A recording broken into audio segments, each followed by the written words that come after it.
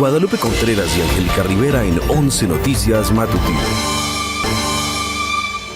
Abre el Senado diálogo sobre la iniciativa de ley en materia de telecomunicaciones y radiodifusión. Se espera que este miércoles las y los senadores se reúnan con integrantes de la Cámara Nacional de Radio y Televisión para enriquecer la iniciativa, proyecto que podría ser analizado en junio en periodo extraordinario. Resalta la presidenta Claudia Sheinbaum la importancia de mexicanas y mexicanos en Estados Unidos. Propone visibilizar la gran contribución de las y los connacionales migrantes en la Unión Americana. Todo listo. Hoy el primer simulacro nacional 2025, 11:30 de la mañana, hora del centro, se activará la alerta sísmica. Un fenómeno magnitud 8.1 epicentro. Hipótesis en el Golfo de Tehuantepec. Este ejercicio tiene como objetivo reforzar la cultura de prevención civil. En el mundo, en Canadá, el Partido Liberal del primer ministro McCartney gana las elecciones. Sin embargo, de no obtener la mayoría absoluta, tendrá que gobernar en minoría. Y en la cultura, hoy es el Día Internacional de la Danza y para festejarlo el Instituto Nacional de Bellas Artes y Literatura ha preparado más de 145 actividades, todas gratuitas para los amantes del ballet, del contemporáneo, del clásico, de la danza afromexicana y muchos otros estilos.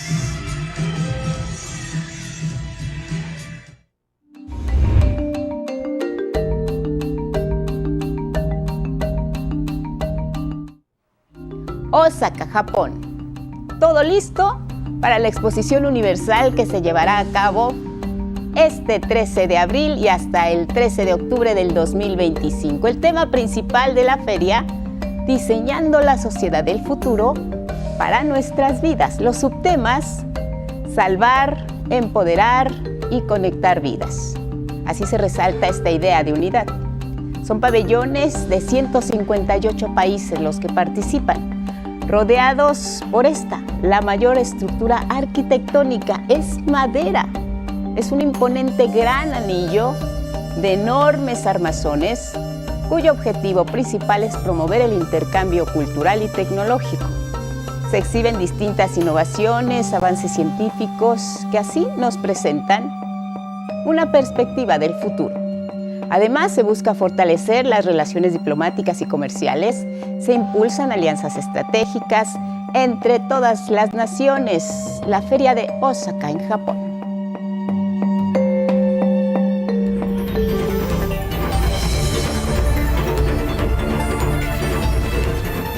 Y con estas imágenes les damos la bienvenida. ¡Feliz martes! ¿Cómo estás, Elvira Angélica Rivera? Guadalupe, muy buenos días. Así es, martes 29 de abril. Bienvenidas y bienvenidos. Como siempre, ya lo saben, lo más relevante aquí en nuestra pantalla. Buenos días. Magdalena Alejo junto con Lía Vadillo alternan en la interpretación en lengua de señas mexicana. Gracias por seguirnos en redes sociales. Nos pueden ver en la página de 11 Noticias Digital. Y también nos pueden seguir y escuchar a través de Radio Instituto Politécnico Nacional porque estamos en el 95.7 de FM. Desde aquí les saludamos también a quienes nos siguen más allá de nuestras fronteras a través de nuestra señal internacional. Aparece un código QR en la pantalla, les invitamos a que lo pueda escanear, les lleva directamente a nuestra página y como todos los días, compártanos sus opiniones, sus comentarios, pueden usar el hashtag 11 Noticias. Vámonos directo con los detalles para hablar de la reforma a la Ley de Telecomunicaciones que tomará un nuevo rumbo. Antes de su discusión y votación en el Pleno del Senado, se va a abrir un espacio importante, necesario para el diálogo. Así, especialistas en el sector van a aportar sus comentarios y enriquecerán la iniciativa. Y luego de estos diálogos abiertos, el dictamen se va a discutir en periodo extraordinario. Armando Gama. Diálogo abierto, transparente y frontal con la oposición, industriales de la radio y la televisión, académicos y plataformas digitales es la oferta del Senado para enriquecer la iniciativa de reforma presidencial en materia de telecomunicaciones y radiodifusión. Más o menos ahí hubo sugerencias de que ojalá se hiciera en el mes de mayo estas reuniones de diálogo, un diálogo para escuchar a las personas, a los grupos empresariales, a los grupos académicos, que quieran manifestar alguna opinión que enriquezca o que precise mejor los términos de la ley. El presidente de la Comisión de Radio, Televisión y Cinematografía del Senado, José Antonio Cruz Álvarez Lima, dejó en claro que la iniciativa de ley no busca la censura. De deshacer de manera clara y mediante hechos los infundios que la oposición ha vertido en relación a que hay una amenaza a la libertad de expresión y hay una amenaza de censura, lo cual no es verdad, ¿no? Se prevé que este miércoles las y los senadores se reúnan con integrantes de la Cámara Nacional de la Industria de la Radio y la Televisión. Con nuevas opciones, el nuevo proyecto de ley podría ser analizado en el Pleno del Senado en un periodo extraordinario en junio, después de la elección judicial. Yo creo que va a ser en la segunda quincena de junio. Lo hablamos con ella en esa línea. ¿Puede haber un cambio? Pues puede haber un cambio. Antes de la elección no lo creo. No lo creo. O sea, pues la elección es... Pues no hay que quitar todo distractor del proceso electoral. Es importantísimo, es inédito, es histórico. La oposición celebró el aplazamiento de la discusión de la reforma, pero insistió en que existe intento de censura. El riesgo es que nos den a tole con el dedo, es decir, que inviten a 3, 4 especialistas, los escuchen, desaparezcan el artículo 109 y todo lo demás lo dejen intacto. Eso sería una absoluta tomadura de pelo.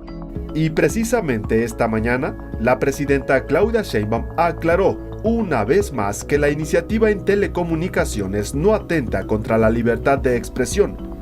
Reiteró que el artículo 109 puede ser eliminado. Se basan en un artículo que ya dije que si no es la intención censurar a las plataformas, ni mucho menos, que si se malentiende ese artículo que se quite, que no hay ningún problema. Pero siguen, pero es que quieren censurar las plataformas, quieren censurarlas. Que escuchen la mañanera a ver si se enteran un poquito de lo que decimos aquí. Con información de Gilberto Molina y Armando Gama, 11 Noticias. Y seguimos con actividad legislativa, ahora nos vamos a la Cámara de Diputadas y Diputados, y es que ahí se dio luz verde ya a la reforma para la simplificación de trámites, una medida que va a ayudar a reducir los tiempos, pero también combatir la corrupción. Con el objetivo de simplificar trámites, reducir tiempos y papeleo, la Cámara de Diputados aprobó la expedición de la Ley Nacional para eliminar trámites burocráticos, presentada por la presidenta Claudia Sheinbaum. Con la reforma, se da a la Agencia de Transformación Digital y Telecomunicaciones la facultad de implementar, supervisar y evaluar el Modelo Nacional para la Simplificación y Digitalización de Trámites, el cual será obligatorio para estados y municipios. Quita trámites tardados, duplicados e injustificados. Quita múltiples ventanillas, que los ciudadanos tuvieran que llevar copia certificada a cualquier gestión. Hoy, con esta ley se establecerá la llave MX como un mecanismo único de autentificación para el acceso a todos los trámites y servicios. La oposición señaló que concentrar en una sola cuenta digital todos los datos de los ciudadanos tendrá riesgos como hackeo o robo de información. ¿Qué pasará cuando falle o hackeen la llave MX? Al centralizar todos los accesos de todas las plataformas de gobierno nacional, estatales y municipales, una sola falla en la llave MX generará el colapso de todos los sistemas públicos. Esto ya pasó en Costa Rica y el Banco Mundial alertó entonces sobre los riesgos de concentrar infraestructuras críticas en un único sistema gubernamental. En tanto, el PRI y el PAN afirmaron que la reforma concentra facultades en la Agencia de Transformación Digital y Telecomunicaciones que vulneran la autonomía de los estados y los municipios. Se trata de eliminar contrapesos y concentrar el poder. Esta es una ley, es un caballo de Troya. Bajo el discurso de la simplificación administrativa se esconden los mecanismos para limitar la participación ciudadana y centralizar el poder. Algo que Morena rechazó tajantemente. La agencia digital, señaló la bancada mayoritaria, hará recomendaciones a estados y municipios sin violar su independencia. ¿Qué es lo que proponemos?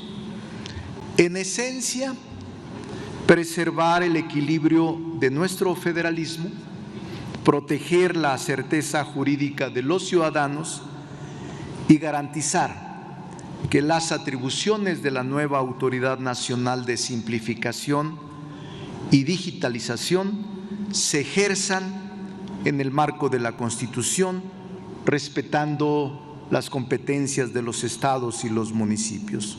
La nueva ley crea un modelo nacional que será obligatorio para todos los niveles de gobierno, los obliga a ajustar sus trámites y requisitos al estándar federal y a implementar plataformas digitales, ventanillas electrónicas y el expediente digital, al cual se podrá acceder a través de la llave MX, una plataforma que ya se utiliza en la Ciudad de México y que estará ligada a la CURP. 11 Noticias, Axel Meneses. Temas importantes de la relación México-Estados Unidos ante el discurso antiinmigrante que han utilizado, sí, algunos congresistas en su país en busca de cargos políticos rumbo a las elecciones. La presidenta Sheinbaum aseguró que actualmente hay números y cifras, datos que revelan la importancia de los connacionales en la Unión Americana.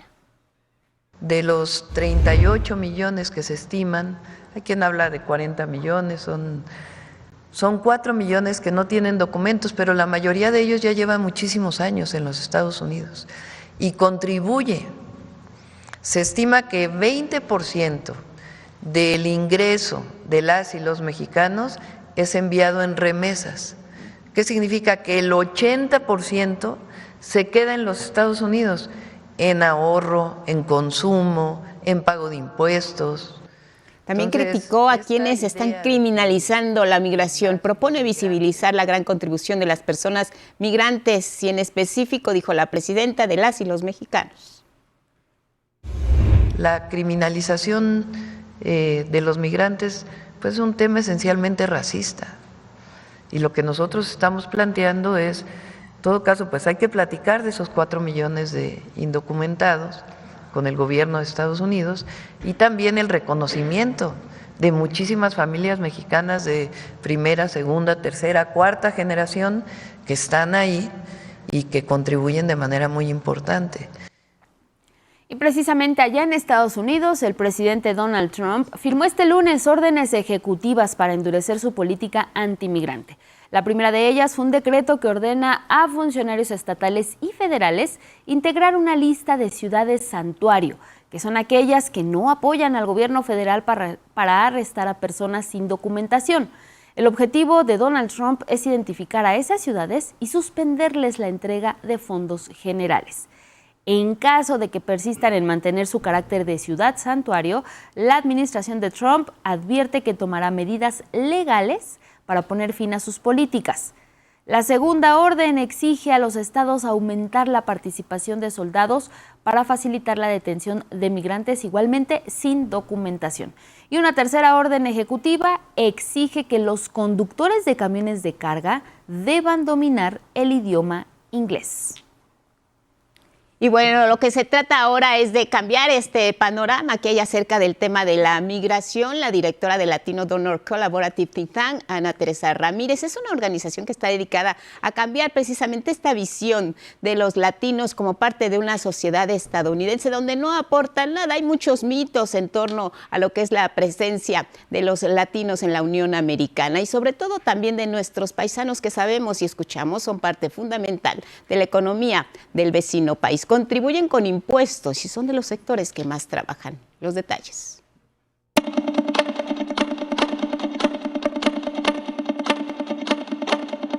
Los mexicanos en Estados Unidos serían la 10ª economía más grande del mundo. Específicamente los mexicanos somos el motor de la economía americana, de Estados Unidos. Ese es el tamaño y fuerza económica de las y los mexicanos que viven y trabajan en Estados Unidos.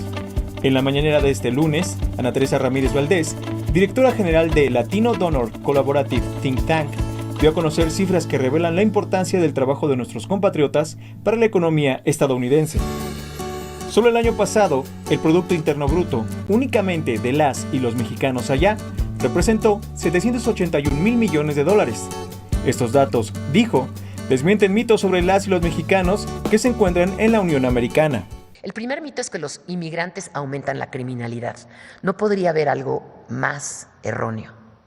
De hecho, los estados americanos de la frontera son de los estados más sanos y más seguros de Estados Unidos. Otra idea errónea, dijo, es que los inmigrantes solo reciben beneficios y no contribuyen. No podría ser nada más lejano de la realidad. Los inmigrantes, de hecho, contribuyen con casi 100,000 millones de impuestos. Asimismo, debe desecharse la idea de que las y los mexicanos les quitan trabajos a los estadounidenses. Es que vienen y nos quitan el trabajo y además son unos flojos. No somos ni flojos ni les quitamos el trabajo. Somos el cohort, como dicen los americanos, el segmento más trabajador de Estados Unidos, de acuerdo al Departamento de Estado. Y por último, se desmiente por completo la afirmación de que las y los connacionales son una carga para la economía de Estados Unidos. 1 de cada 5 inmigrantes es empresario, se está manteniendo solo. Entonces, no son una carga. Y además generan millones y millones y millones de dólares. Entonces, no somos una carga. 11 Noticias, Arturo Arellano, Merlín. Vámonos ahora con el tema del agua entre México y Estados Unidos, y es que ambos gobiernos llegaron ya a un acuerdo con el que se destraba el adeudo del agua del río Bravo que tiene nuestro país con la Unión Americana. Sin precisar cómo van a ser estas asignaciones, la Secretaría de Medio Ambiente de nuestro país indicó que los faltantes de agua del periodo 2020-2025 se van a cubrir a partir de transferencias inmediatas y de otras que se realizarán en el corto plazo, cuando inicie la temporada de lluvias, sin afectar a las poblaciones mexicanas que dependen de este cauce. En tanto, el gobierno de Estados Unidos agradeció a la presidenta Claudia Sheinbaum por haber facilitado la cooperación entre los diferentes funcionarios de su gobierno y establecer una estrategia unificada para solucionar la escasez de agua que afecta a las comunidades de ambos lados de la frontera. Ambos gobiernos acordaron desarrollar así un plan a largo plazo para cumplir con el Tratado de 1944. Recordemos que vienen las elecciones del Poder Judicial el 1 de junio. Hay un compromiso del Instituto Nacional Electoral, el organismo encargado de organizar y contar los votos en estas elecciones. Guadalupe Tadei, la consejera presidenta del INE, afirmó que el sistema de cómputo está blindado ante cualquier intento de ataque cibernético. No habrá hackeos, dijo, ni caída del sistema. Los temas de seguridad del instituto están altamente blindados y el instituto está firme en términos de seguridad y está garantizado que no hay hackeo, que no hay bloqueo, que no hay interferencia, que no hay vulnerabilidad. Hasta el día de hoy esa garantía tenemos para el día de la jornada electoral y todos los sistemas del instituto. Recordó cuál el papel de los partidos políticos en estas elecciones. Dijo, la promoción de la elección judicial mediante mantas y volantes está prohibida, pero antes debe de haber una denuncia para que el INE pueda intervenir. Y precisamente a poco más de un mes de la elección del Poder Judicial, la encuesta realizada por la empresa Encol reveló que 71% de la población sabe que las votaciones van a ser el domingo 1 de junio. Un 27% lo desconocía y 2% no respondió a esta encuesta. Este primer ejercicio reveló que la probabilidad de que acudan a votar las y los mexicanos es generalizada. 66% de los hombres dicen estar comprometidos en acudir a las urnas y el 62% de mujeres también, marcando así una alta posibilidad de voto de todas las edades. En cuanto a la intención de voto, esta encuesta arrasó la actual ministra Lenia Batres Guadarrama, conteniendo al cargo de presidenta de la Suprema Corte con el 25%. La académica Olivia Aguirre Bonilla y la ministra Yasmín Esquivel Moza la siguen con un índice de preferencia cada uno de 18% al cargo igualmente de ministras. Marisela Morales Ibáñez, la ex procuradora general de la República, esto en el sexenio de Felipe Calderón, registra una preferencia del 15%. La magistrada Natalia Telles Torres Orozco tiene el 12% de simpatía para ser ministra y con ese mismo porcentaje la ministra Loreta Ortiz para presidir la Suprema Corte. El 1 de junio hay que salir a votar, pero ¿cómo participar? ¿Cómo saber de los candidatos? ¿Cómo definir quién queremos que esté a cargo del Poder Judicial? Les contamos más acerca de esta elección. 1 de junio, primera elección del Poder Judicial, proceso inédito en nuestro país para elegir personas juzgadoras. De acuerdo con el Instituto Nacional Electoral, son 3.422 candidaturas para 881 puestos a nivel federal. Los cargos federales a decidir son 9 ministros y ministras de la Suprema Corte, 2 magistraturas de la Sala Superior del Tribunal Electoral, 14 magistraturas de las salas regionales del Tribunal Electoral, 5 magistraturas del Tribunal de Disciplina Judicial, 464 magistraturas de circuito y 386 jueces y juezas de distrito. El INE puso a disposición de la población el micrositio de internet Conóceles para consultar información sobre las personas candidatas a juzgadoras, incluyendo identidad, trayectoria y perfil curricular. Una iniciativa diseñada para brindar orientación e información clara, accesible y oportuna a la ciudadanía para el ejercicio del voto en el contexto del proceso electoral extraordinario 2025. Se puede acceder a este micrositio a través de cualquier computadora, celular o dispositivo electrónico, tecleando en la barra de navegación www.ine.mx. Una vez en el sitio, ingresa en la barra donde dice Conóceles, elección del Poder Judicial 2025. Una vez ahí, podrá buscar por entidad y ya elegida la opción, ponga su distrito electoral que encuentra en la credencial para votar. Gracias a Rubén Feitanes, pausa y regresamos.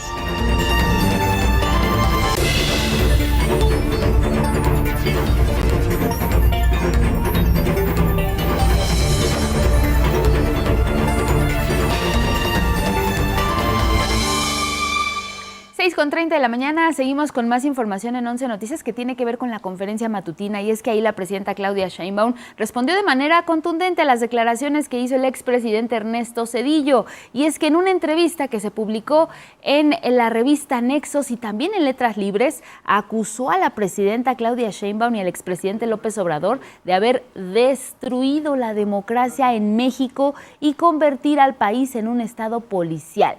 Al respecto, la presidenta desestimó estas críticas y cuestionó la autoridad moral de Ernesto Zedillo para hablar de democracia. Ahora resulta que Zedillo es el paladín de la democracia. Lo bueno es que el pueblo de México está muy informado, muy informado. Entonces están diciendo que hay autoritarismo porque el pueblo va a elegir al Poder Judicial. O sea, imagínense la contradicción. Sheinbaum Pardo recordó que el legado del sexenio de Ernesto Zedillo fueron hechos como la matanza de Acteal y el rescate bancario conocido como Fobaproa. Vamos a hablar de democracia.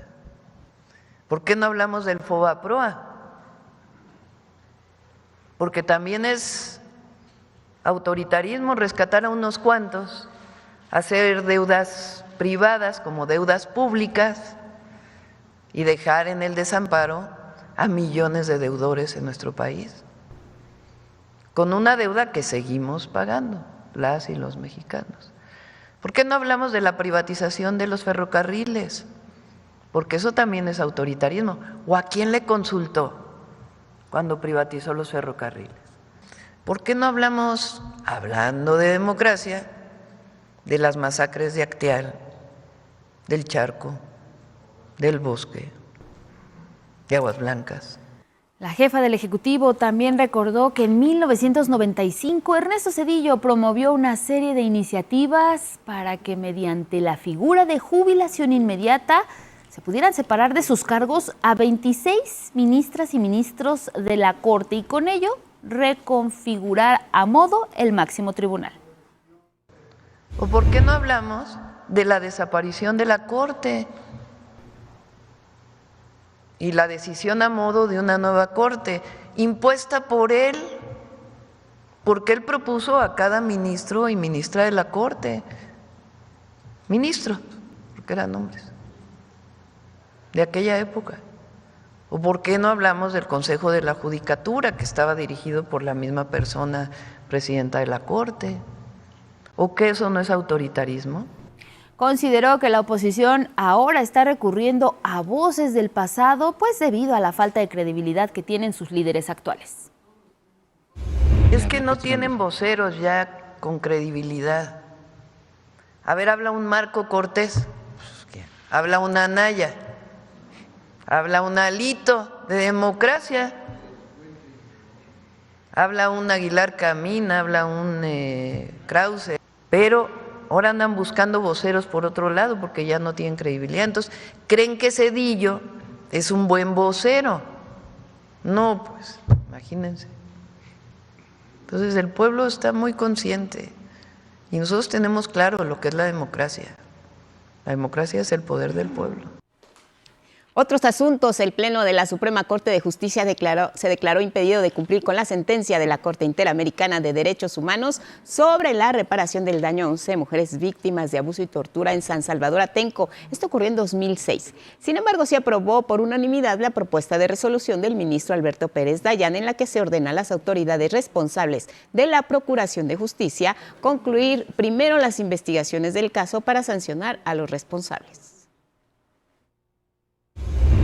La obligación de juzgar a cargo del Poder Judicial está supeditada al resultado de tales investigaciones, por lo que de ahí no es posible advertir en este momento que se requiera tal actuación de forma inmediata por parte del Poder Judicial de la Federación. Al desahogar en la sesión de este lunes el expediente sobre recepción de sentencias de tribunales internacionales referente a la sentencia dictada contra México en noviembre de 2018 sobre el caso de impunidad en San Salvador Atenco, las y los ministros coincidieron en que el Estado mexicano debe atender de manera coordinada esta resolución internacional y puntualizaron que debe culminar el procedimiento de las investigaciones por violaciones sexuales contra las 11 mujeres en mayo de 2006 por policías del Estado de México. También reconocieron que el caso Atenco es una herida abierta para la justicia en México. El caso de que hoy nos ocupa toca uno de los episodios más dolorosos y vergonzosos de nuestra historia reciente. Los hechos ocurridos en 2006 en Texcoco y San Salvador Atenco revelan un contexto inadmisible. Policías del gobierno del Estado de México utilizaron la violencia sexual contra mujeres detenidas como instrumento de represión. La impunidad de los responsables de Atenco, como de tantos otros casos, ha sido una herida abierta para el pueblo mexicano. Sancionar estos hechos es indispensable para garantizar que nunca más la represión pueda ser considerada como una respuesta legítima frente a la protesta social. El Pleno de la Corte consideró que la resolución de la Corte Interamericana que ordena el enjuiciamiento y sanciona a los responsables de los hechos de violencia sexual, así como una disculpa pública del Estado mexicano a las víctimas de Atenco, es acorde con nuestra Constitución y además es un acto de desagravio. Los hechos, recordemos, se registraron en mayo de 2006 en el marco de las protestas de ejidatarios de San Salvador Atenco y Texcoco contra el proyecto del nuevo aeropuerto internacional de la Ciudad de México. Entonces, Enrique Peña Nieto era el gobernador del Estado de México. Y mire, la Ciudad de México cuenta con un plan para mejorar los procesos de búsqueda e identificación de personas desaparecidas. Con ello se busca incrementar el número de peritos y crear así también un centro de identificación humana. Nick Teja Germán nos cuenta más de esto. Se presentó la Estrategia de la Ciudad de México para la búsqueda y localización de personas 2025-2030, que tendrá un presupuesto de 255 millones de pesos. El plan contempla incrementar el número de peritos para diseñar planes de búsqueda, la creación de un centro de identificación humana que albergará hasta 5,000 gavetas para cuerpos y 4,000 para restos, el fortalecimiento de equipos como drones y georradares y la creación del banco forense de ADN. Que ningún caso de un cuerpo que no se haya reconocido, ¿no?, o que no se haya reclamado por alguno de sus familiares, se vaya hoy en día al Panteón de Dolores, más adelante al Centro de Resguardo Temporal, sin que nosotros hayamos hecho el cruce con el INE, ¿no?, entre otras bases de datos que estamos contemplando. Se están contemplando además el cruce de bases de datos con la ciudad, con registros también nacionales y con el Registro Nacional de Honduras y de El Salvador. También se creará un gabinete metropolitano con autoridades de búsqueda en la Ciudad de México, Hidalgo, Querétaro, Morelos, Estado de México, Puebla y Tlaxcala. Y se aplicará un protocolo homologado para la búsqueda de personas con una ficha única de desaparición y se exhumará la fosa común del Panteón de Dolores para identificar a las personas que reposan ahí. La próxima semana se pondrá en marcha el nuevo protocolo homologado de búsqueda inmediata y un solo fotoboletín de la Ciudad de México, optimizando la búsqueda y asegurando la coordinación interinstitucional. La jefa de gobierno, Clara Brugada, aseveró que de este modo su administración se alinea a la estrategia nacional establecida por la presidenta Claudia Sheinbaum. Les reiteramos, no están solas, no están solos. Todo el aparato institucional de la Ciudad de México está volcado a la tarea de restituir su derecho a la verdad, a la justicia y a la memoria. Con información de Nicteja, Germán, 11 Noticias.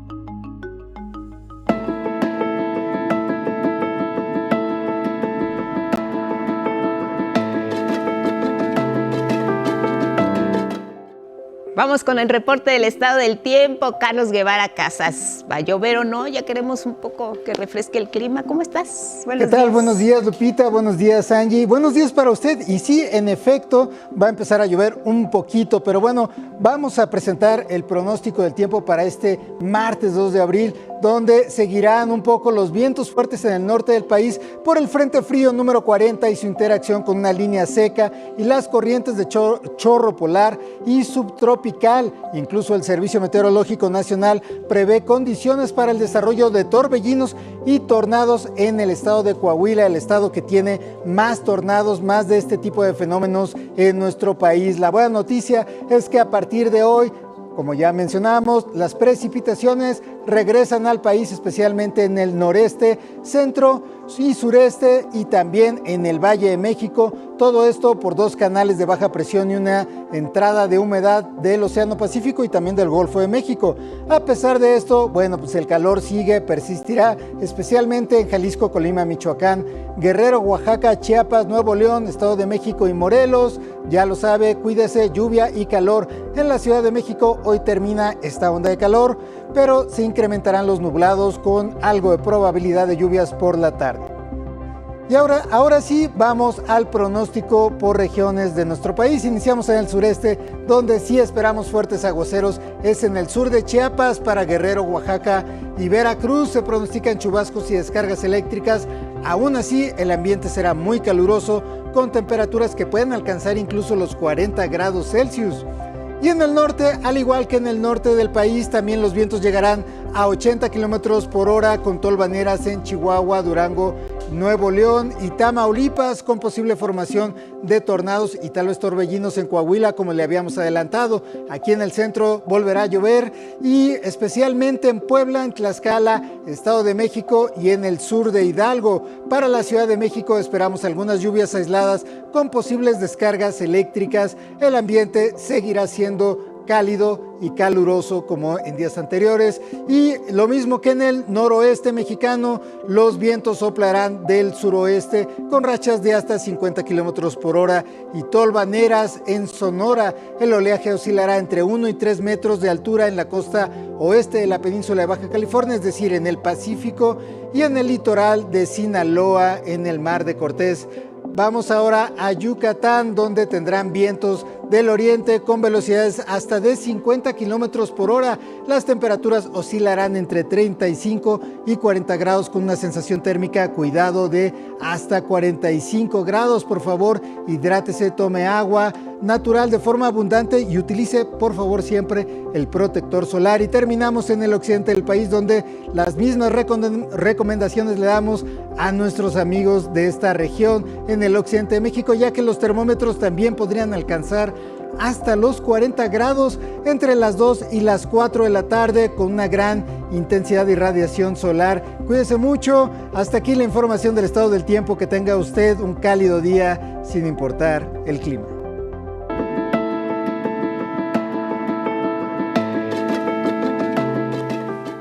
Vámonos a hablar de la danza, Día Mundial de la Danza. Saben que la danza es pintar la música. Y seguramente alguna vez han escuchado esta frase, porque a través de los movimientos que pueden ser armónicos y hasta delicados, incluso algunos más marcados, este baile transmite desde emociones hasta ideas. Vamos a revisar los datos porque son muy interesantes. 1982, sí. El Comité Internacional de la Danza, perteneciente al Instituto Internacional de Teatro, toma en cuenta la sugerencia de Pipok Yusef, maestro ruso, de crear un día en conmemoración. Y la UNESCO elige hoy, 29 de abril, como la fecha ideal para decir es el Día Internacional de la Danza, a propósito del natalicio de Jean-Georges Nover, destacado bailarín francés. Vamos a seguir revisando datos importantes porque miren, cada año se elige a una persona para dar un mensaje a las y los profesionales de la danza en 200 países. Y este 2025 estará a cargo este mensaje del bailarín y coreógrafo Mikhail Baryshnikov. Hay diferentes tipos de danza. Si nos vamos a revisar los estilos, tenemos la danza tradicional o folclórica, la danza clásica y la danza contemporánea. Cada una de ellas expresa distintos valores, tradiciones culturales. Por ejemplo, la clásica corresponde a la ejecución de movimientos armónicos, coordinados, provenientes justo del periodo clásico de la antigüedad medieval. Si hablamos en específico de la contemporánea, los movimientos y la vestimenta reflejan la identidad social.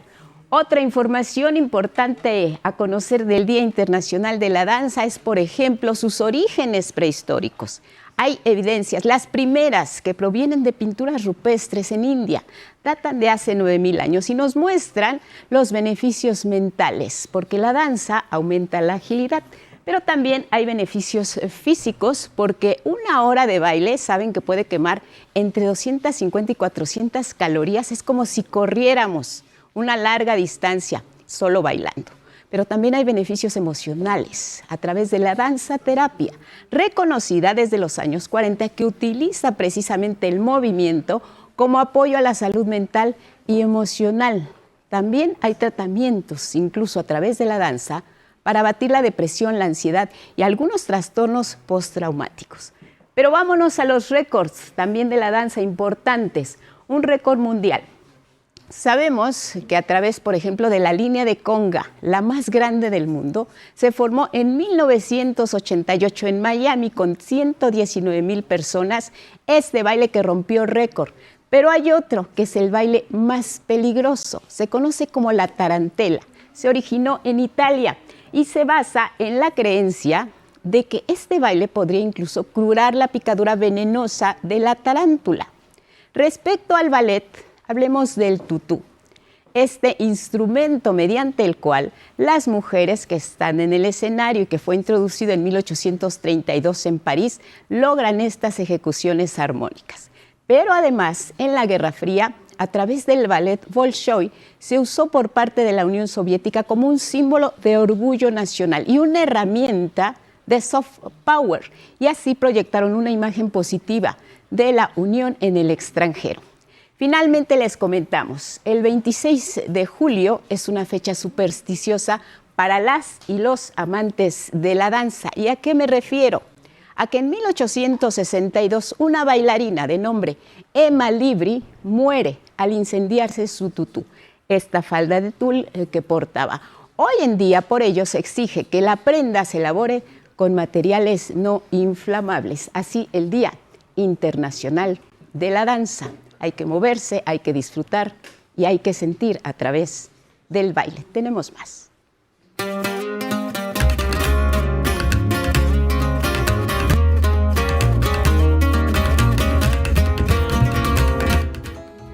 Bueno, pues es momento de la cultura y escuchábamos Miguel, Día Internacional de la Danza. También la danza es una forma de vida para muchas personas, ¿no? Buenos días, exactamente, buenos días, gracias Angélica, buenos días a todos. Pues sí, la danza como una expresión cultural de la humanidad es reconocida en su día. Mauricio Romo cuenta cómo se festeja. En el Día Internacional de la Danza, bailarinas y bailarines de distintos estilos comparten sus motivos para festejar. Celebrar el cuerpo, celebrar la vida y el disfrute y el gozo a través del movimiento. Creo que también a veces se nos olvida celebrar esto, ¿no? A veces estamos muy muy clavados con que, no sé, la figura, las piruetas, los saltos, bla, bla, bla, y se nos olvida también pues la profesión, ¿no? Celebrar lo que logramos con nuestro cuerpo, con nuestro arte. Sin embargo, esta fecha también es una oportunidad para evaluar las necesidades de la danza. Uno de las cosas que podrían mejorarse serían los espacios, que hubieran más funciones, que hubieran más exposición para todos los demás bailarines. Solo que hay que como reasignar, coordinar, donde todo el público pueda ir y accesible. La danza afro es uno de los géneros que continúa abriendo camino para dar a conocer esta herencia cultural. Que nos tomen en cuenta, porque nuestra raíz es triada, ¿no? Tanto la española, obviamente la mexica y la danza afro, que fue ocultada por siglos.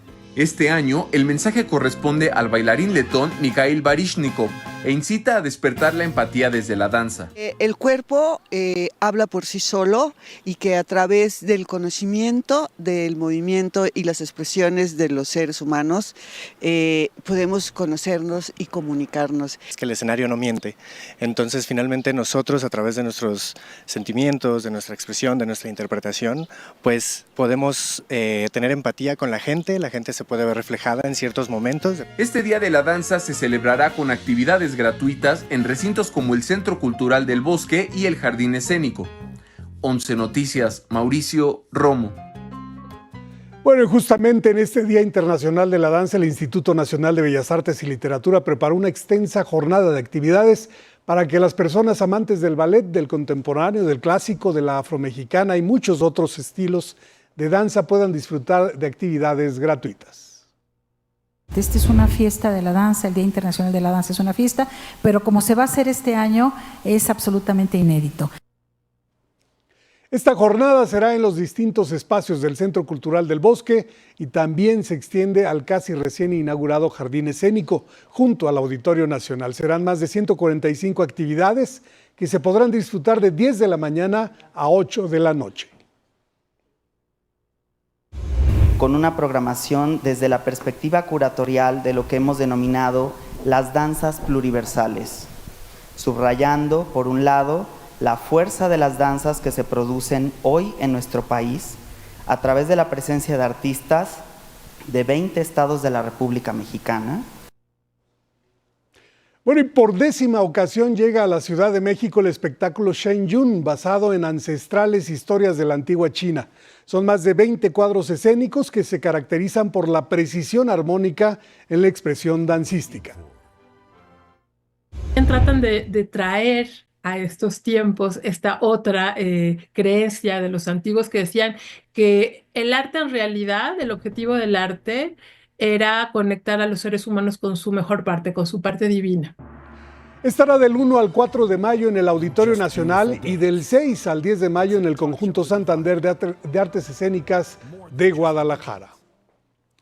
Fue presentado el volumen número 15 del Anuario Estadístico del Cine Mexicano en la Cineteca Nacional, documento realizado por IMCINE en colaboración con INEGI, donde se revelan gráficas del comportamiento de las audiencias, número de festivales en el país, escuelas de audiovisual, apoyos de producción, distribución y exhibición, entre otros datos que nos hacen entender la diversidad de artistas en torno a la producción audiovisual. Para consultar más detalles, visiten anuariocinemx.imcine.gov.mx.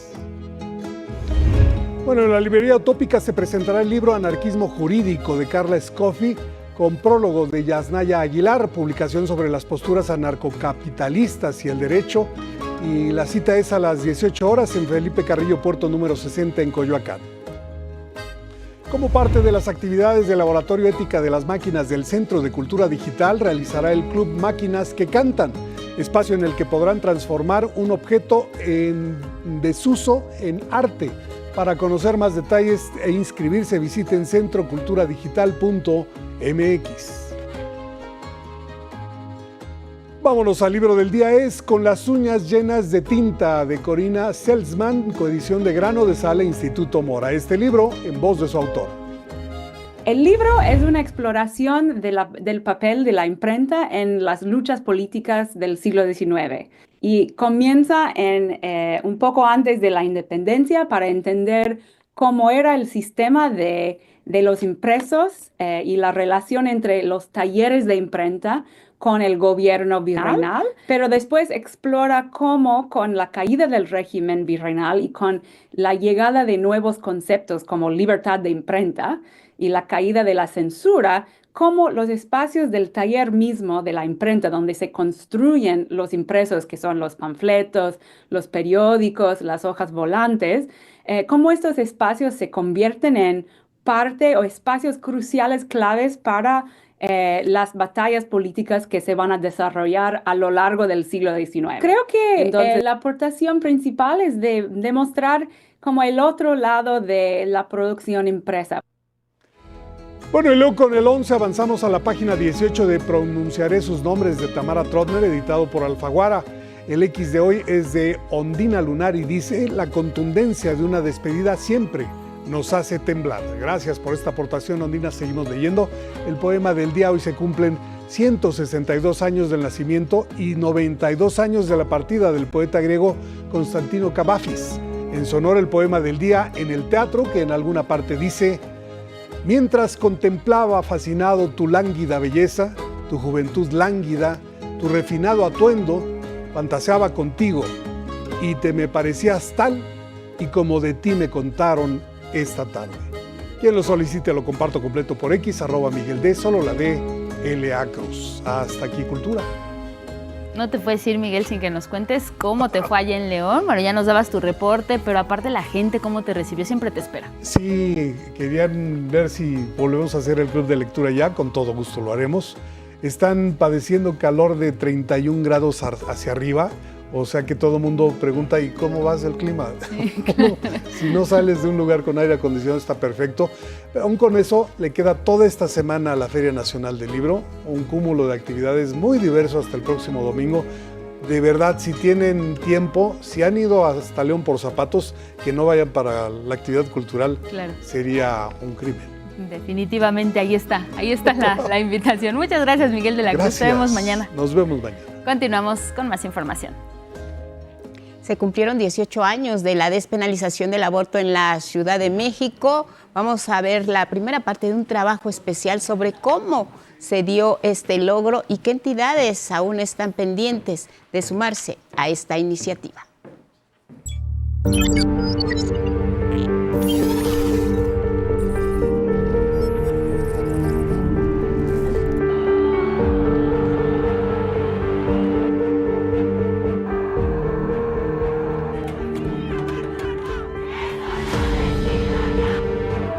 En 2007 se rompieron paradigmas para la Ciudad de México.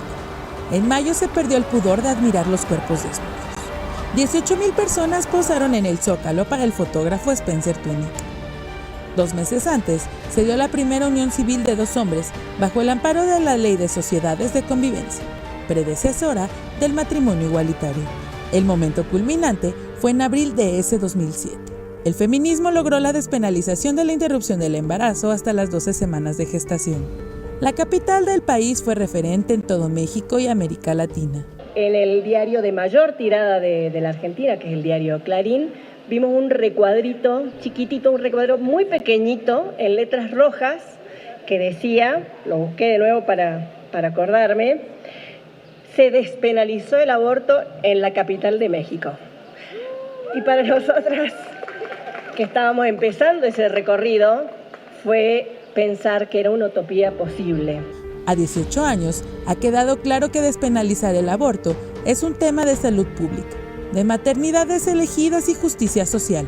También para el acceso a los servicios, ¿no? El que se elimine, se despenalice, por lo menos durante el primer trimestre de la gestación, el aborto voluntario, elimina esa amenaza y permite que los servicios de salud actúen y que puedan prestar esos servicios. Que la maternidad no tiene que ser vista como un castigo, al contrario, debe ser una elección amorosa, porque en el sentido de que sea, en este sentido, la decisión muy consciente y muy amorosa, también podemos buscar mejores condiciones para nuestros hijos e hijas. El sueño se materializó tras enfrentar al gobierno en turno de Felipe Calderón, cuyo procurador general de justicia fue Eduardo Medina Mora. Tanto la Procuraduría General de la República de aquel entonces como la Comisión Nacional de los Derechos Humanos cuestionaron esta reforma, ¿no? Dijeron que era inconstitucional. El caso llegó a la Corte y la Corte resolvió que era una reforma constitucional que tenía que continuar. La batalla, esa que llamas contra el Estado, fue contra instituciones garantes de la justicia y de los derechos humanos, lo cual era un sinsentido. La marea se estancó 12 años. Hasta 2019, Oaxaca se convirtió en la segunda entidad mexicana en despenalizar el aborto. La lucha de mujeres continuó y en 2023, la Suprema Corte de Justicia de la Nación determinó la inconstitucionalidad de la penalización del aborto en todo el país, obligando a los congresos locales a sacar de sus códigos penales el aborto. Actualmente, solo faltan por despenalizar Durango, Guanajuato, Morelos, Nuevo León, Querétaro, Sonora, Tabasco, Tamaulipas y Tlaxcala, es decir, 9 entidades. ¿Es cuestión de voluntad, de partido político o de ideologías personales? El gobierno Bueno, pues ahí está esta información referente a la interrupción legal del embarazo. Se cumplieron 18 años. Nos vamos a ir a una pausa. Le invitamos a que se quede con nosotros. Este día es el primer simulacro a nivel nacional del 2025. Platicamos con la Coordinadora Nacional de Protección Civil.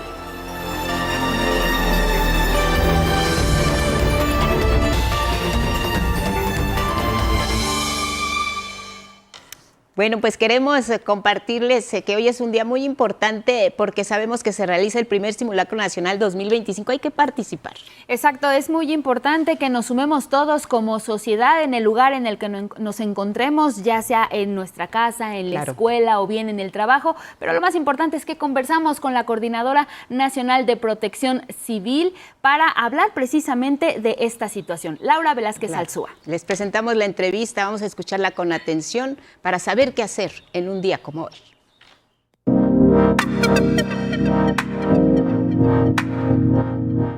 Queremos agradecer la presencia esta mañana en el estudio de 11 Noticias de Laura Velázquez Alzúa, Coordinadora Nacional de Protección Civil. Laura, bienvenida, un gusto que estés con nosotros en el estudio. Muchas gracias, al contrario, muy buen día. Buenos días. Gracias por la invitación. Ustedes saben que estamos convocando a la población para nuestro Simulacro Nacional 2025. Claro, es muy importante, un ejercicio al que nos hemos tenido que acostumbrar, incluso desde la palabra, Laura, simulacro. Saber qué hacer en caso de una emergencia. En este caso, el primero de este año, ¿en qué consiste? Bueno, es nuestro primer simulacro del año, va a ser este martes 29 de abril a las 11:30 de la mañana. Es en toda la República Mexicana, participan las 32 entidades federativas y en efecto es un simulacro que nos permite ponernos a prueba. Es medirnos, es saber cuáles son nuestras capacidades de respuesta, tanto de la sociedad como de los gobiernos. Participamos absolutamente todos y todas, el gobierno federal, los gobiernos de los estados, los municipios y, repito, la sociedad.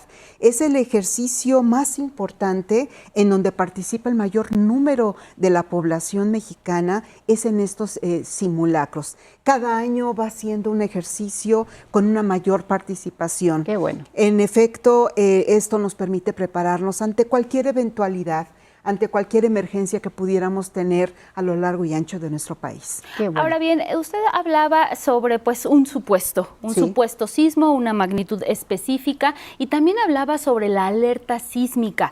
¿Nos puede compartir en dónde se va a escuchar esta alerta sísmica que de alguna forma nos refiere que hay un simulacro por esta información que usted nos ha estado brindando? Y si esta alerta sísmica también va a estar incluida en los celulares, por ejemplo. Claro que sí, es una pregunta muy importante.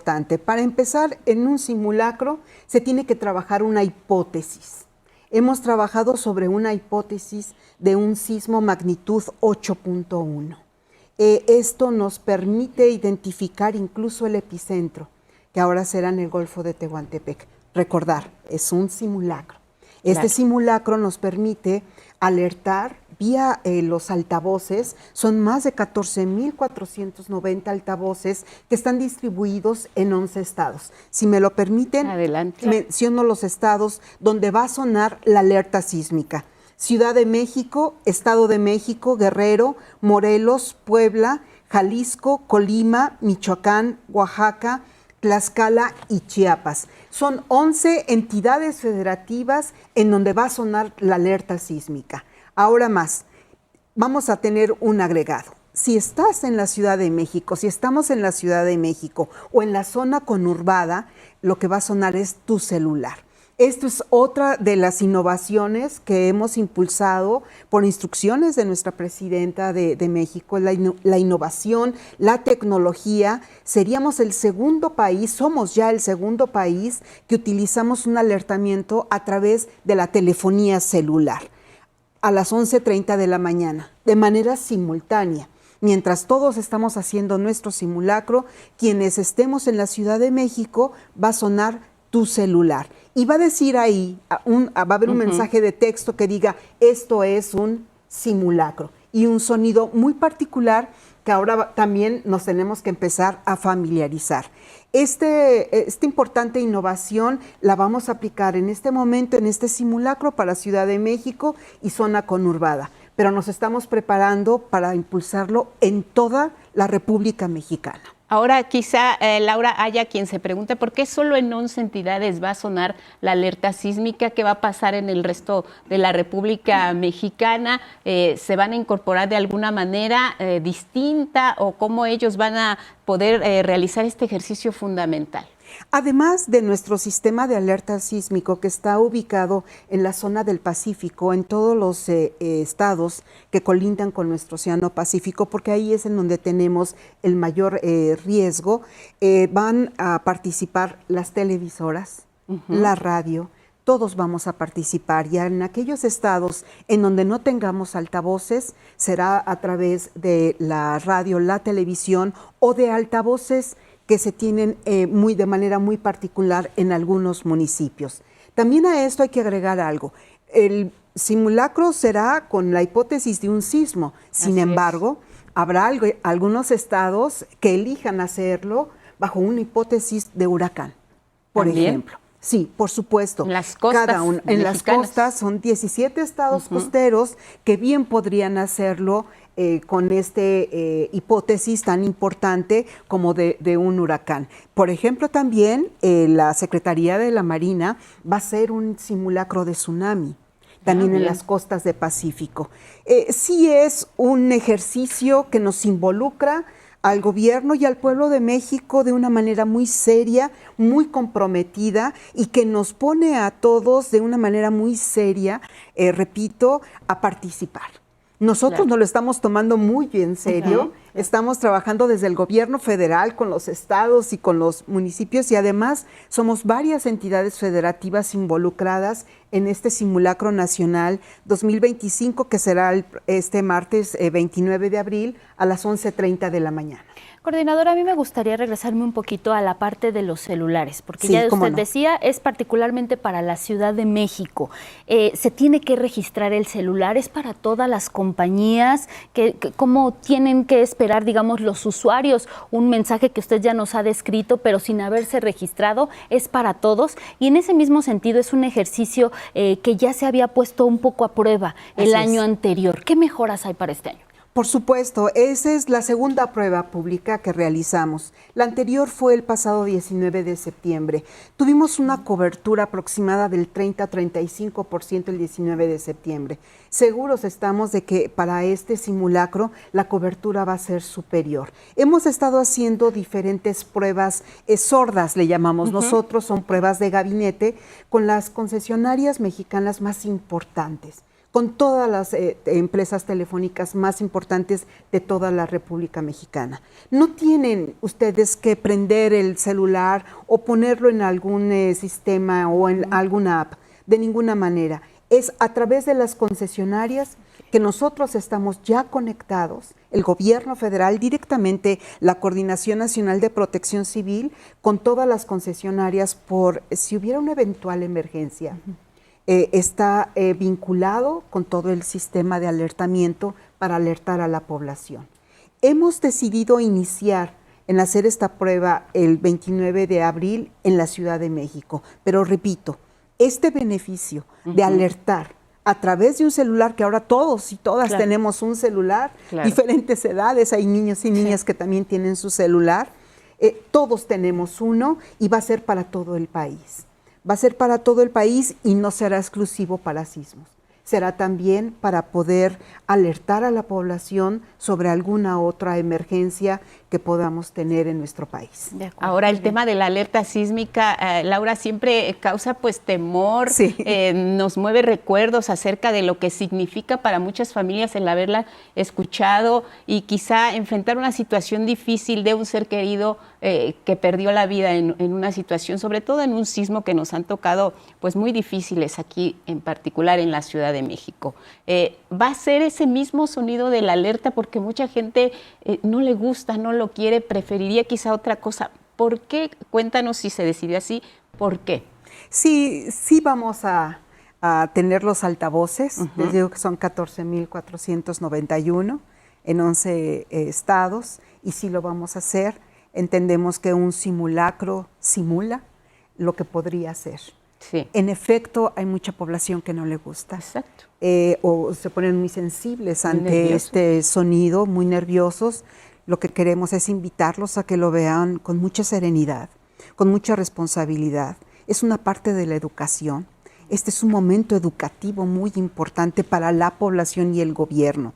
Se trata de medir nuestras capacidades, nosotros, la capacidad de respuesta ante una emergencia y la población, qué debe de hacer desde el punto donde se encuentren. A lo mejor van en el metro, están en su casa, o están ya en el trabajo, o están en su escuela. Este es un simulacro donde participan todos y todas, sin distinción de edad.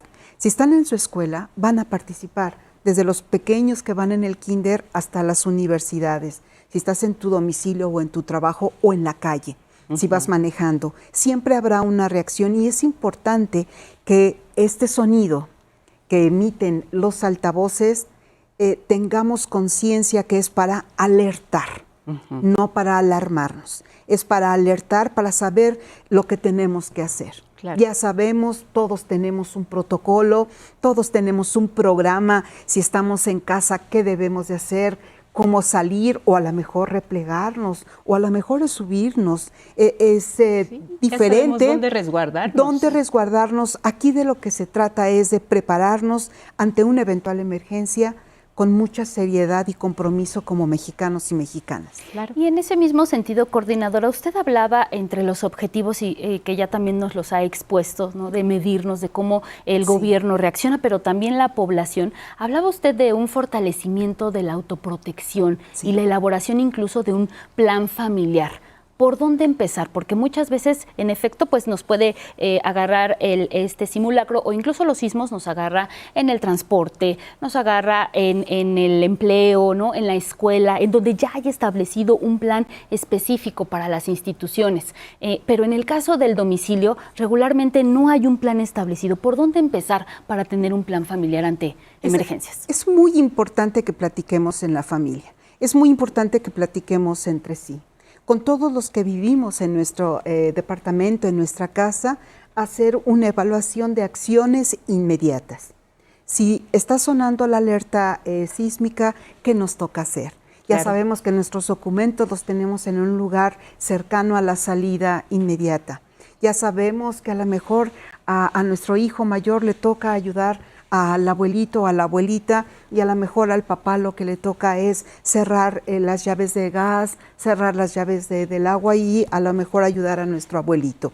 Es muy importante tener un plan familiar en donde vivas, cómo vivas, conocer su entorno en su comunidad.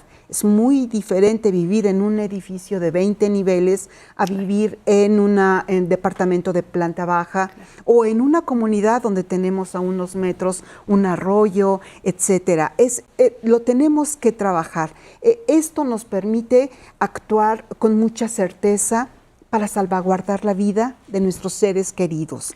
Es muy importante, si me lo permites mencionar, identificar a quién tenemos que ayudar de nuestra comunidad. Porque primero será nuestra familia y después serán nuestros vecinos. A lo mejor hay un vecino que es un adulto mayor que está solito y sabemos que lo tenemos que ayudar para poder hacer la evacuación necesaria. sí es muy importante que aprovechemos este simulacro del 29 de abril a las 11:30 de la mañana para tomarlo muy en serio, para participar todos y todas con mucha seriedad, esperar el sonido del altavoz, tal vez de tu celular si te encuentras en la Ciudad de México, y salir o replegarte a esta zona de seguridad que tú ya has establecido o que las autoridades han establecido. Las escuelas, como todos los inmuebles en México, tienen un responsable de protección civil. En este país, todos los inmuebles, un mercado, una escuela, este lugar en donde nos encontramos, hay un responsable de protección civil y él será el responsable de indicarnos los caminos de evacuación o las acciones a realizar ante una eventual emergencia. Claro, y quizá, fíjate, ahora que lo mencionas, Laura, sería importante nombrar a nuestro propio jefe de protección civil en la familia o algún sustituto, o sea, como que ir delegando la responsabilidad para saber qué hacer si no está el jefe de familia, si no está la mamá que puede dirigir a los demás integrantes. Tener un responsable de protección civil a nivel familiar nos ayudaría mucho. Eso es lo que nos toca como sociedad, pero como autoridades también trabajan. Hay un comité de emergencias que está sesionando, un comité nacional. ¿Qué es lo que hacen frente a una situación de emergencia? Claro que sí, es tan importante nuestro simulacro que después de realizar el simulacro, en esta ocasión me va a tocar estar en la Secretaría de Seguridad con nuestro secretario de Seguridad, Omar García Harfuch. Haremos el simulacro y de manera inmediata él va a instalar el Comité Nacional de Emergencia. Nos lo tomamos tan en serio que estará integrado por todo el gabinete legal y ampliado del Gobierno de México. Es decir, va a estar presente el secretario general de la Defensa, también de la Marina, la secretaria de Gobernación, todos los secretarios y secretarias y además los responsables de aquellas áreas que son nodales para poderlo actuar.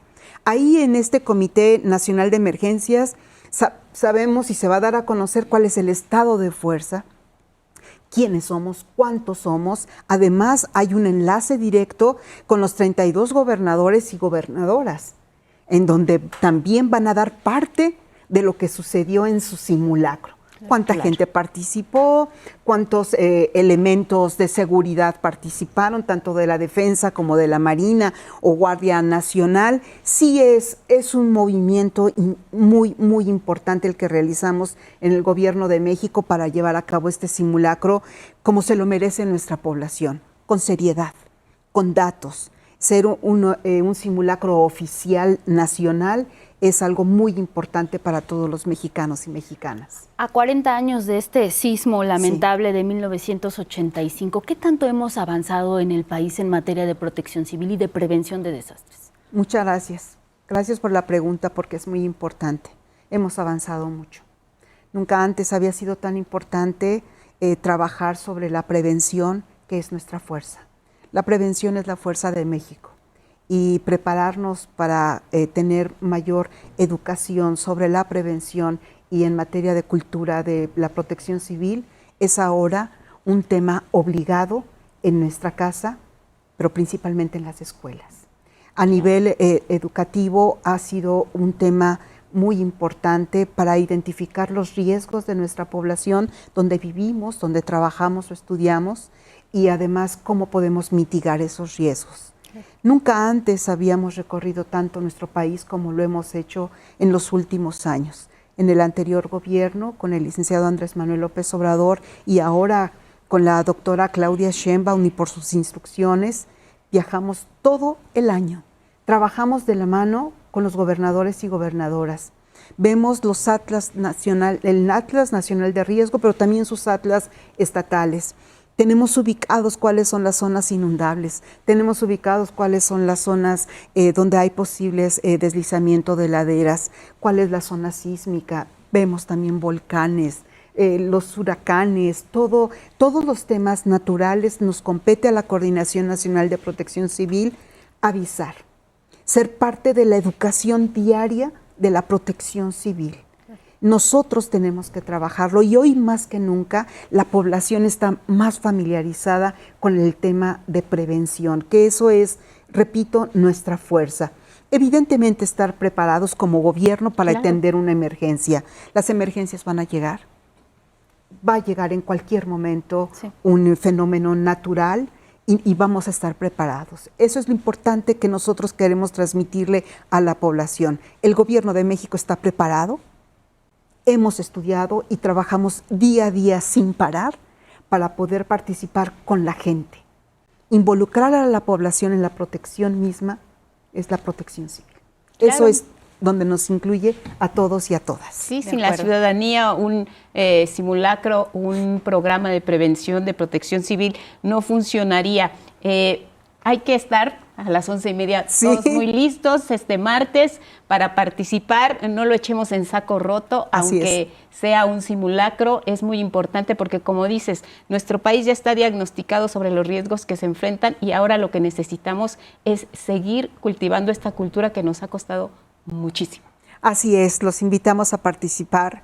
Es un tema ciudadano muy importante. Todos los mexicanos y mexicanas, martes 29 de abril, 11:30 de la mañana, Simulacro Nacional 2025. Coordinadora Nacional de Protección Civil, Laura Velázquez Alzúa, agradecemos mucho su presencia en el estudio de 11 Noticias y pues estamos en comunicación para ver cuáles fueron los resultados de este simulacro. Con mucho gusto, aquí estaremos. Gracias. Muchas gracias. Gracias, Laura. Gracias. Buenos días.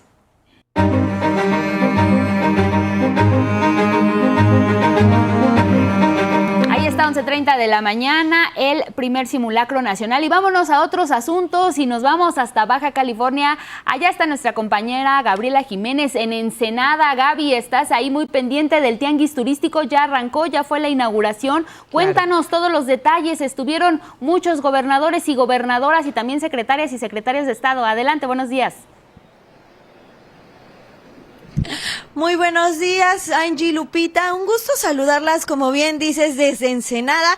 Estamos a casi una hora de Rosarito, donde se está llevando a cabo esta edición número 49 del Tianguis Turístico en el Baja California Center. Mencionarles que por primera vez en su historia se está llevando a cabo en el norte del país y esto nos dio a México una oportunidad para también por primera vez abrir una ventana internacional hacia Estados Unidos a través de San Diego, California, donde entre el sábado y el domingo los artesanos, hoteleros, restauranteros y demás representantes del turismo y la cultura mexicana llevaron un cachito de sus estados hasta San Diego, California, para promocionar sus destinos turísticos, pero también toda esta parte de la cultura mexicana. Pero ¿qué te parece si vemos cómo se llevó a cabo esta inauguración desde las playas de Rosarito y el Baja California Center?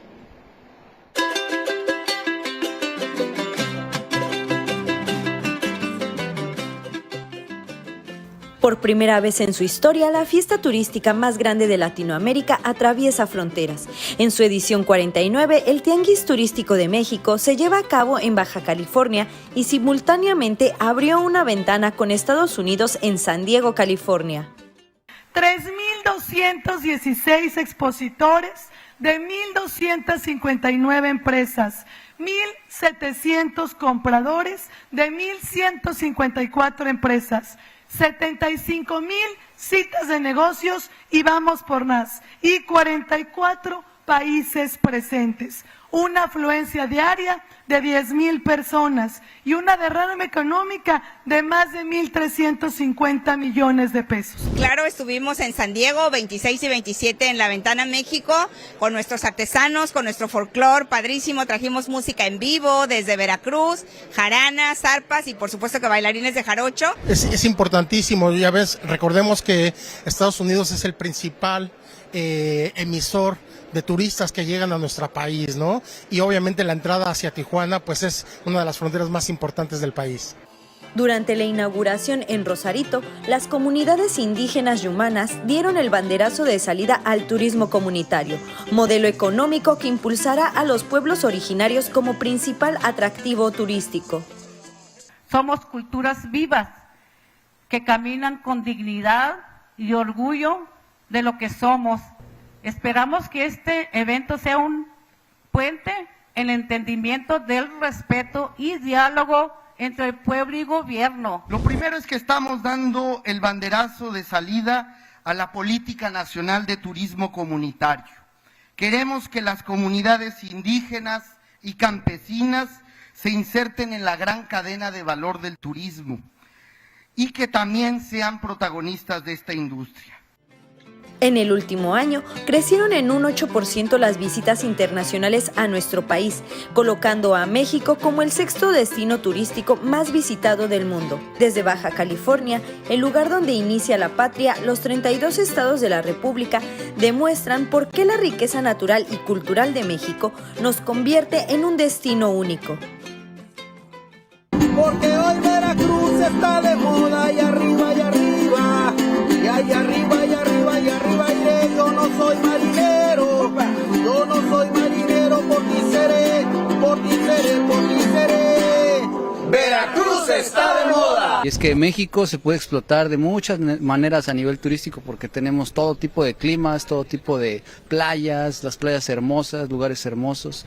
Y es una maravilla este tianguis turístico. Con imágenes de Eduardo Zamudio desde Baja California, 11 Noticias, Gabriela Jiménez.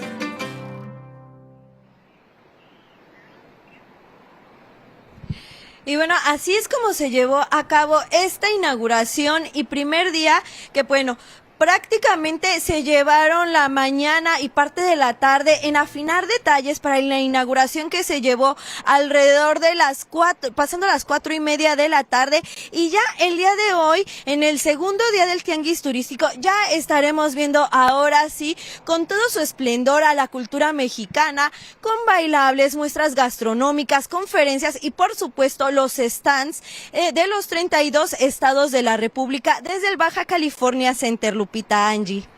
Gaby, cuéntanos ahora cuáles son las perspectivas que se tienen, porque a partir de este tianguis turístico se cierran negocios, la oferta turística del país crece, se habló de números, se habló de lo que se proyecta lograr a partir de la realización de este tianguis que por primera vez se hace en la frontera, sale también de los destinos acostumbrados de playa y además es binacional porque también habrá sedes en Estados Unidos, en la frontera, donde también se va a abrir la oferta turística nacional. Sí, claro, Lupita, como te comentaba, la llamada ventana de San Diego, California, se llevó a cabo el fin de semana, que podríamos decir que fue como una muestra o de un tianguis turístico en el consulado de San Diego. Ahí los representantes de los 32 estados fueron a dar muestra de su gastronomía, de su cultura, de sus paisajes, de todas las opciones y experiencias que se tienen para vivir aquí en México el turismo. La idea es mantenerlo y por supuesto que para las próximas ediciones del tianguis turístico continuar con este binacionalismo del tianguis turístico justo para que crezcan. Ayer se comentaba que tan solo aquí en la frontera de Tijuana con Estados Unidos transitan 45 millones de personas, Lupita. Es la frontera, de una de las fronteras más transitadas del mundo y por ello el impacto y la necesidad de que crezca este turismo. La idea es que al terminar el sexenio, México pase de ser el 6º al 5º destino turístico más visitado en el mundo, Lupita. Pues interesantes las cifras, habrá que esperar que esto se concrete, que México recupere esos espacios en la industria sin chimeneas, que además sabemos que aporta gran parte de recursos al Producto Interno Bruto, a la riqueza nacional de nuestro país. Gaby, fuerte abrazo, gracias por la información, muy completo el reporte y seguimos pendientes a lo largo del día de la edición del Tianguis Turístico allá en Baja California. Buenos días, Gaby, gracias. Buen día, hasta luego. Hasta pronto. Gabriela Jiménez, enviada especial al Tianguis Turístico. Así es.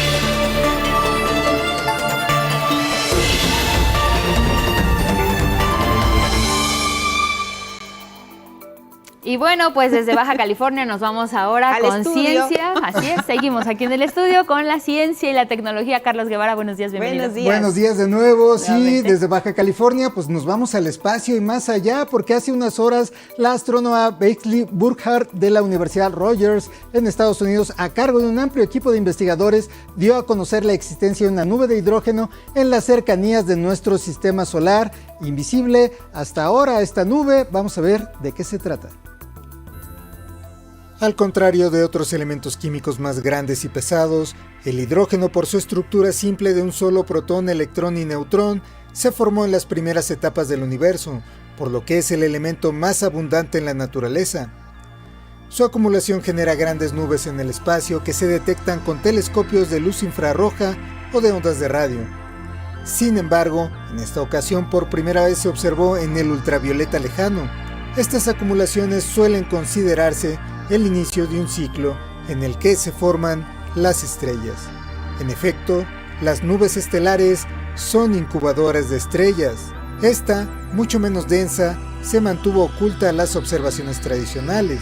La luz ultravioleta era indispensable, sin embargo, estaba lejos de ser una prioridad en los presupuestos.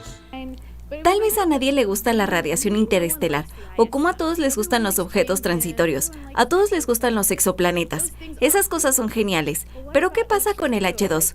¿Cómo el hidrógeno molecular no es genial? Y así empecé a volver a los datos que ya están ahí y a analizarlos. Pero los nuevos análisis arrojaron luz, nunca mejor dicho, sobre esa anomalía en los mapas estelares.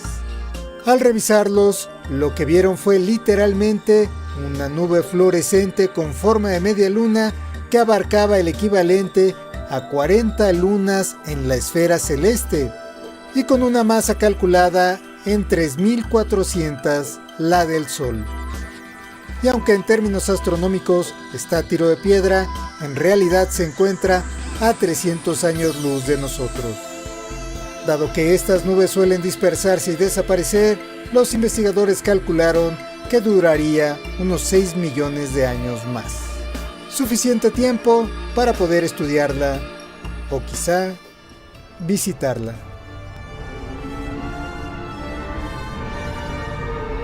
Once Noticias, Carlos Guevara Casas. Y bueno, de Star Trek, pues nos vamos ahora al gigante estadounidense Amazon. Así empezó toda la historia de Star Trek, que ayer lanzó su primera tanda de satélites de internet del proyecto Kuiper. Así da inicio la competencia con Starlink de Elon Musk. La misión llamada Kuiper Atlas 1 y que ya sufrió un retraso previamente a su lanzamiento por mal tiempo, despegó finalmente desde Cabo Cañaveral en Florida, allá en Estados Unidos. Los 27 satélites de esta primera parte del proyecto despegaron acoplados a un cohete Atlas 5 de la empresa United Launch Alliance. El objetivo final son 3.200 satélites orbitando a una distancia de aproximadamente 1.900 kilómetros de la superficie, unas 19 alturas de hasta donde llegó Katy Perry. Y bueno, como salida de la novela El silencio de los inocentes, esta oruga hawaiana se viste con la piel de sus víctimas, exactamente con partes de exoesqueleto de sus presas, apodada como la colectora de huesos por el entomólogo Dan Rubinoff de la Universidad de Hawái en Honolulu. Esta oruga pertenece al relativamente pequeño grupo de orugas depredadoras con unas 300 variedades carnívoras de las casi 200,000 especies de polillas y mariposas conocidas, apenas el 0.13% de las especies. Y aunque se sabe de ella desde hace 20 años, se reportó apenas hace unos días, tan solo se han colectado 62 ejemplares. Este asombroso insecto anida en huecos cubiertos de alguna telaraña, esperando pacientemente a que algún incauto bicho no note su presencia, y gracias a que está cubierto de pedazos de otros insectos. La noticia en realidad también es que un análisis genético indica que se separaron de otras mariposas hace unos 6 millones de años, siendo el único linaje vivo de su grupo y 1 millón de años antes que se formara el archipiélago hawaiano. Me dicen que están bastante feas, pero son muy interesantes. Sí. Es lo que te iba a preguntar, cómo son en realidad, ya que dejan de ser este capullito, ¿no?